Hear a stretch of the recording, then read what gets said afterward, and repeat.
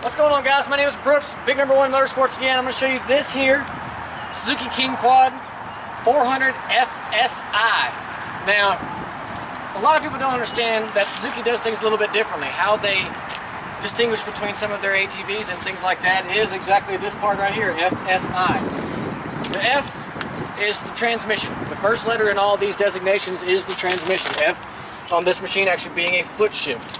Now, it is a clutchless foot shift, but it's not an automatic. Some of you old school guys, you Honda people, some of you old school Suzuki people like the foot shift, the control of being able to stay in that low gear, not have the transmission stretch out, be in third when you need to be in first or second, going up hills and everything else.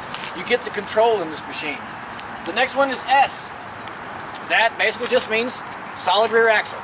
The middle is the suspension in the rear. This one having a solid rear axle.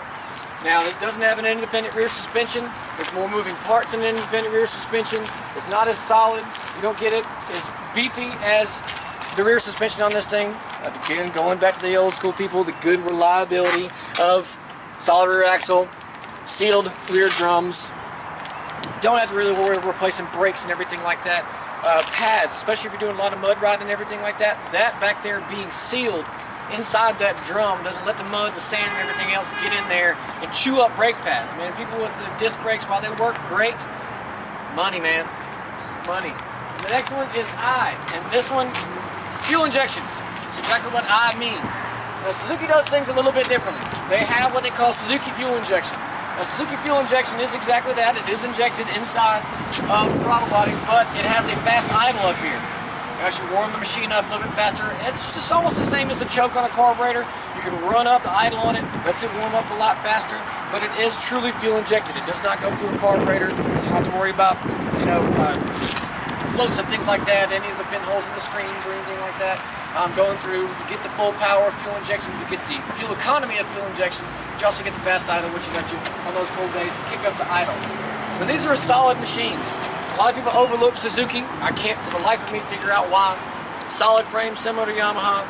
They have a similar four-wheel drive system. Yamaha's got the best on the market.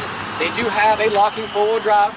It is a lever action on here, which is just left stuff to go wrong. Yamaha, on all their Grizzlies and things, use the push button, which is electronic. This just uses the lever. And actually, Yamaha's fallen back onto a similar system like this because it does work so well on the Kodiaks now. So, similar systems. Yamaha's probably the best ATV made when it comes to cost of ownership, maintenance and everything. They don't cost anything. Reliable as all holy. These machines are too. Fantastic stuff. Do not overlook Suzuki next time you go get an ATV, and next time you do go get an ATV, come see me, Brooks, Big Number One Motorsports. I'll put this thing in your driveway.